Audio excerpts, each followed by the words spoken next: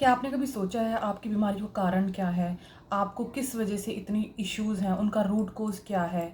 चाहे वो आपको हार्मोनल इम्बैलेंस है या फिर किसी भी तरह का डाइजेस्टिव इश्यू है या फिर किसी भी तरह का लाइफ़स्टाइल डिसऑर्डर है, उनका रीज़न क्या है? Hello, myself Dr. Suruchi. I'm here to tell you about the reasons of your disease. Ayurveda कहता है कि आपकी शरीर में दो तरह की बीमारियां होती हैं. One is mental and the other one is physical. Mental यानी कि मानसिक रोग और शारीरिक रोग, दो तरह के रोग हमें होते हैं. इन दो रोगों के तीन ही कारण बताए गए हैं आयुर्वेद में. जो तीन कारण बताए गए हैं उन्हीं उसी की वजह से आपको शारीरिक और मानसिक दोनों तरह की तकलीफ होती हैं. तो वो तीन कारण कौन कौन से हैं आज हम उस बारे में डिस्कस करेंगे. तो जो भी आपके हेल्थ इश्यूज़ हैं, जब तक आपको उसका रूट कोज ना पता लगे तो आप उसे ठीक नहीं कर सकते. तो it is very necessary to find out the root cause of your disease कि आपकी उसमें रूट कोज क्या है, उसका रीज़न क्या है. तो जो तीन कारण हैं वो हैं असात्मेंद्रियात संयोग, यानी कि improper indulgence of your senses with their object. Number one is asatmendriyat संयोग. The number second is pragyaprad, यानी कि wrong use of your intellect or your wisdom. The third is parinam kal, or you can say that out of sync with the nature. So these are the three reasons which are the root cause of your disease. चाहे वो आपकी कोई भी disease है, चाहे वो आपकी physical है, मेंटल है. तो जो सबसे ज़्यादा आजकल प्रॉब्लम है वो हमारे मन से है, क्योंकि मन ही हमारी आधे से ज़्यादा रोगों का कारण है. यानी कि हमारी मेंटल हेल्थ हमारी फिजिकल हेल्थ को भी डिटीरियोरेट करती है. अगर हमारी मेंटल हेल्थ सही कंडीशंस में नहीं है तो वो हमारी शारीरिक हेल्थ को भी ख़राब करती है. और इसी तरह फिर शारीरिक स्वास्थ्य हमारा मेंटल हेल्थ को ख़राब कर देता है. तो it's a cycle which is repetitive. आपकी मेंटल हेल्थ सही रहेगी तो शारीरिक स्वास्थ्य भी सही रहेगा, और फिजिकल हेल्थ ठीक रहेगी तो मेंटल हेल्थ भी ठीक रहेगी. So it's a cycle. तो दोनों का ठीक रहना बहुत ज़्यादा ज़रूरी है.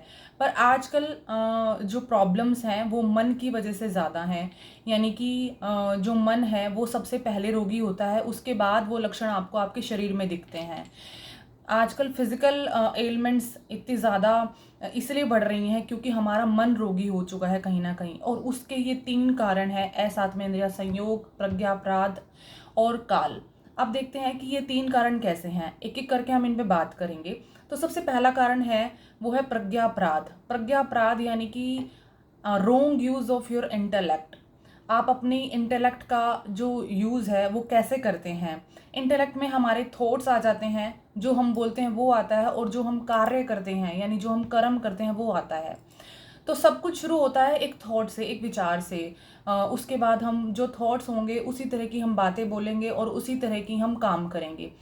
तो रोंग यूज़ ऑफ इंटेलेक्ट का मतलब है कि हमने जो अपने पास्ट एक्सपीरियंस से सीखा है, हमने जो कुछ भी अपनी पास्ट एक्सपीरियंस से अपनी विजडम को डेवलप किया है, उसका यूज़ न करना या फिर उन्हीं गलतियों को बार बार रिपीट करना. जो गलती हम पास्ट में कर चुके हैं उन्हीं मिस्टेक्स को बार बार रिपीट करना, दैट इज़ प्रज्ञापराध. यानी कि कोई ऐसी थॉट या फिर हमारे मन में इस तरह की थॉट्स चलती रहती हैं जो कि फियर से रिलेटेड हैं, स्ट्रेस से रिलेटेड है, एंग्जाइटी से रिलेटेड हैं. तो इस तरह की थॉट्स बार बार मन में हैं और उसी तरह के आपके विचार बनते हैं, उसी तरह आप बोलते हैं और उसी तरह का आप फिर काम करते हैं. यानी कि सबसे पहले एक जो चीज़ काम से भी पहले कोई चीज़ शुरू होती है तो वो एक विचार से शुरू होती है. जब तक एक विचार नहीं होता है तब तक हम कोई भी उसके बाद काम भी नहीं करते हैं. तो मन, वचन और क्रम का जो संयोग है वो प्रॉपर नहीं है, वो एक सिंक में नहीं है. इसी वजह से हम प्रज्ञापराध यानी कि इस तरह की रोंग यूज़ ऑफ इंटेलेक्ट हम कर जाते हैं. उसमें ज़रूरत से ज़्यादा बोलना, ज़रूरत से ज़्यादा सोचना और बिना सोचे समझे कार्यों को करना सबसे ज़्यादा प्रॉब्लमेटिक है, क्योंकि इसकी वजह से आपकी कॉन्शियसनेस डिस्टर्ब होती है. जिस कॉन्शियसनेस से आप अपने डिसीजन लेते हैं वो डिस्टर्ब होती है, उसमें एक अनक्लियर विज़न डेवलप होती है. तो उस अनक्लियर विज़न से आप जो भी चॉइस करते हैं वो कहीं ना कहीं गलत प्रूव होती है. समटाइम्स आपने देखा होगा कि आपको डिसीजन लेने में बहुत ज़्यादा इश्यूज़ होते हैं. समटाइम्स आपको कोई भी चॉइस करने में हमेशा कन्फ्यूज़न रहता है कि ये चूज़ करें या ये चूज़ करें. वो इसी वजह से होता है because we are out of sync, मन वचन और क्रम हमारा आउट ऑफ सिंक है। तो बहुत ज़्यादा बोलना या बिल्कुल ना बोलना, ये हमारी एनर्जी को कहीं ना कहीं डिप्लीट करता है।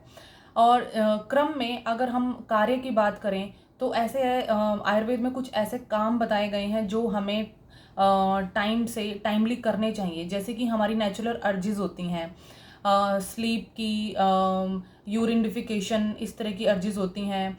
और भूख लगी है, बहुत ज़्यादा प्यास लगी है, इनको अवॉइड करना, ये सब कारण होते हैं। अगर हम इन नेचुरल अर्जिस को अवॉइड करते हैं तो हमारी बॉडी में वात का बहुत ज़्यादा प्रकोप हो जाता है, जिसकी वजह से कहीं ना कहीं हमें स्ट्रेस, एंग्जाइटी, इस तरह की चीज़ें शुरू हो जाती हैं। तो इम्प्रॉपर अर्जिस को, जो अर्जिस होती हैं जो हमें हाँ रिलीज़ कर देनी चाहिए, उनको रोकना। इम्प्रॉपर पोस्चर्स में बैठना, इम्प्रॉपर पोस्चर्स के थ्रू ट्रैवलिंग करना या फिर बहुत ज़्यादा ट्रैवलिंग करना, इस तरह की चीज़ें होती हैं। ना कहने लायक बातों को ऐसी जगह पे कहना जहाँ आपको नहीं कहना चाहिए, जहाँ आपको चुप रहना चाहिए, और जहाँ चुप रहना चाहिए वहाँ ज़्यादा बोलना भी प्रॉब्लमेटिक होता है। तो ये छोटी छोटी चीज़ें आपकी इंटेलेक्ट को, आपकी विजडम को कहीं ना कहीं बहुत ज़्यादा अनक्लियर कर देती हैं, जिसकी वजह से आप की विज़न जो है वो अनक्लियर हो जाती है। और एक क्लियर विज़न ही हमें क्लियर डिसीजन लेने में हेल्प करती है। नाउ इससे हम कह भी सकते हैं कि नेग्लिजेंस ऑफ योर इंटेलिजेंट, मतलब अपनी इंटेलिजेंट को नेग्लेक्ट करना, उसकी डिसरिस्पेक्ट करना, इसी वजह से हम पुअर चॉइसेस करते हैं, पुअर डिसीजन लेते हैं। ठीक है, इसके बाद है द सेकेंड वन इज असात्मेंद्रियात संयोग, यानी कि improper combination of improper indulgence of your senses to their objects. 5 senses होती हैं हमारी, तो उन 5 सेंसेस के अलग अलग ऑब्जेक्ट होते हैं। जैसे आँख से देखते हैं, कान से सुनते हैं, जीभ से खाना खाते हैं, स्किन से हमारा टच होता है, नाक से हम सूंघते हैं।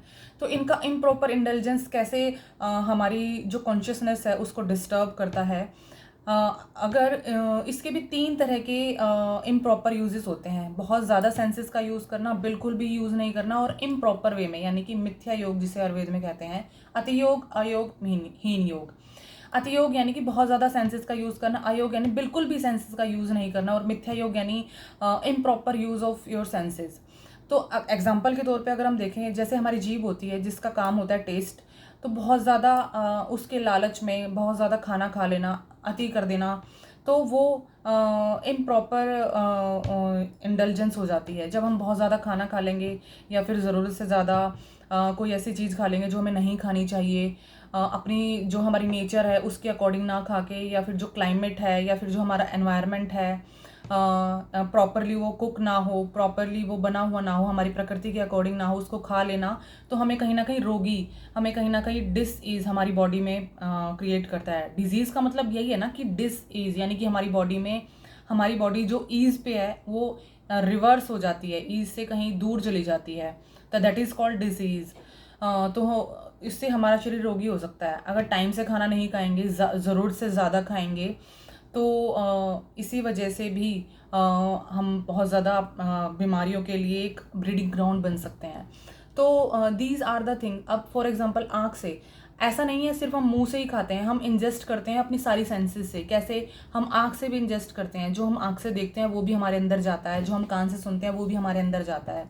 तो क्या चीज़ आप देख रहे हैं और क्या चीज़ आप सुन रहे हैं, वो भी डिसाइड करता है कि आपकी जो कॉन्शियसनेस है, आपका इंटेलेक्ट है, आपका विजडम है, वो कैसा होगा। आप जो चीज़ सुन रहे हैं, बहुत ज़्यादा लाउड म्यूज़िक, बहुत ज़्यादा वॉयलेंट चीज़ आप देख रहे हैं, बहुत ज़्यादा ना देखने लायक कोई ऐसी चीज़ देख रहे हैं, या फिर बहुत ज़्यादा आप लगातार देखते ही जा रहे हैं या फिर लगातार सुनते ही जा रहे हैं, तो एक तो वो आपकी सेंसेस को डैमेज करेगा।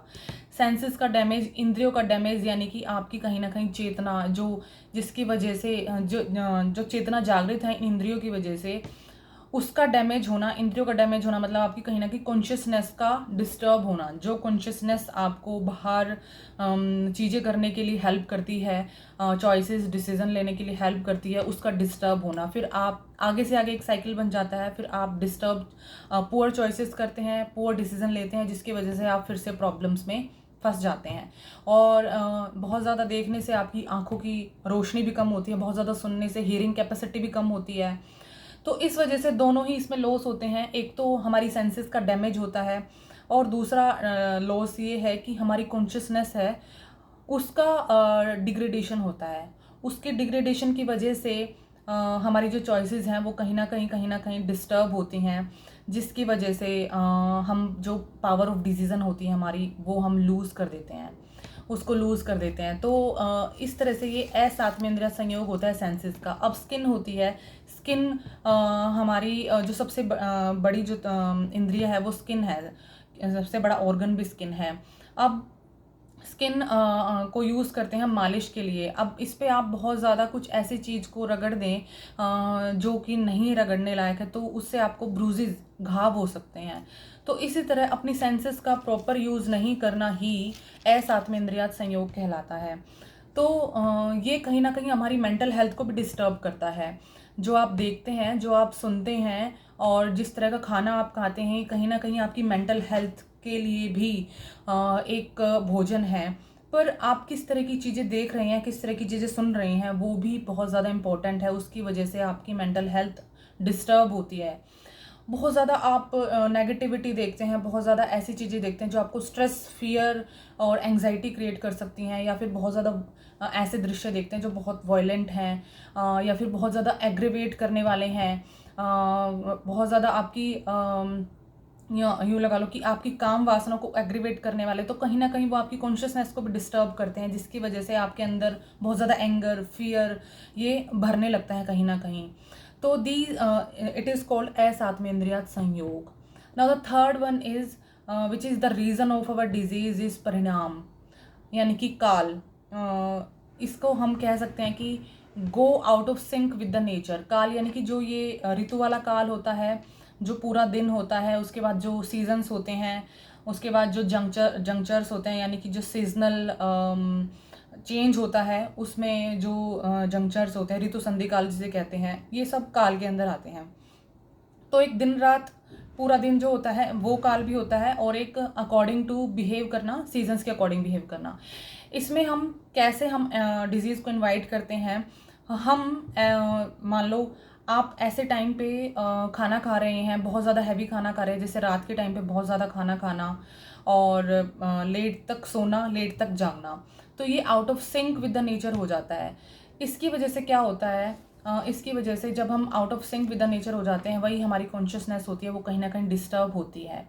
तो इसमें सीजनल पूरा हेल्थ रेजिमेंट दिया हुआ है आयुर्वेद में, पूरी दिनचर्या दी हुई है कि हमें कैसे, किस टाइम पे उठना चाहिए, किस टाइम पे हमें खाना खाना चाहिए, किस टाइम पे लाइट लेना चाहिए, किस टाइम पे मॉडरेट फूड लेना चाहिए, किस टाइम पे हमें हैवी खाना खाना चाहिए, किस टाइम पे लाइट लेना चाहिए।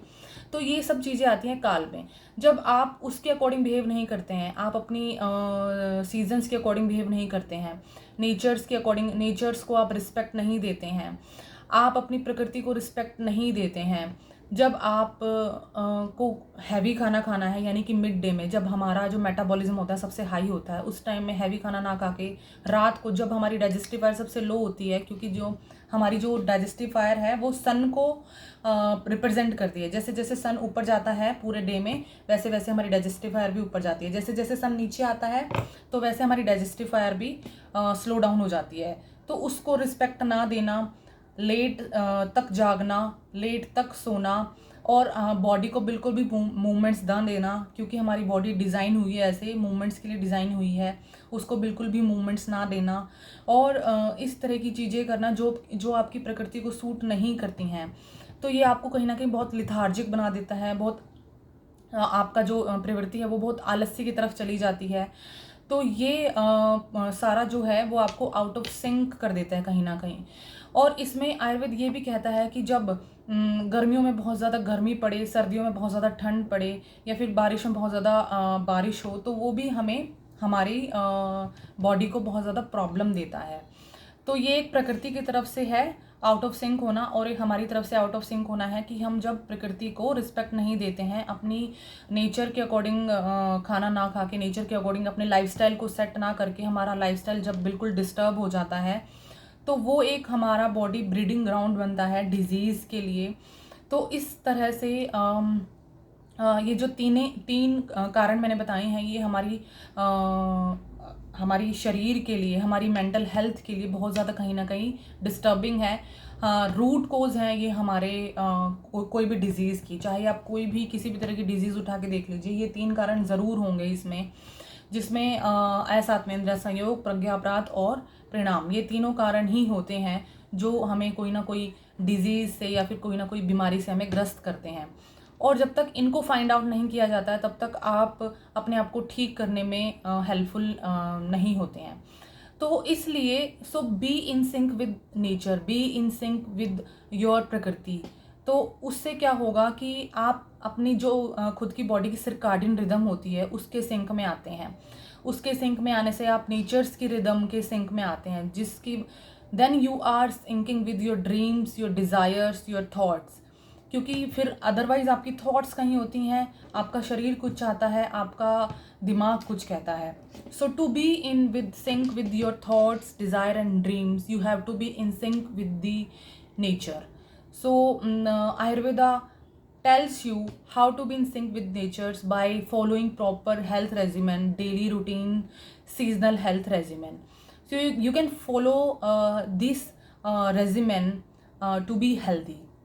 So if you like this video, please share with others and do tell them that be in sync with nature and अपनी इंद्रियों का प्रॉपर यूज़ करना और अपनी इंटेलेक्ट का प्रॉपर यूज़ करना ही आपको एक हेल्दी लाइफ की तरफ, एक हैप्पी लाइफ की तरफ लेके जा सकता है। Thank you.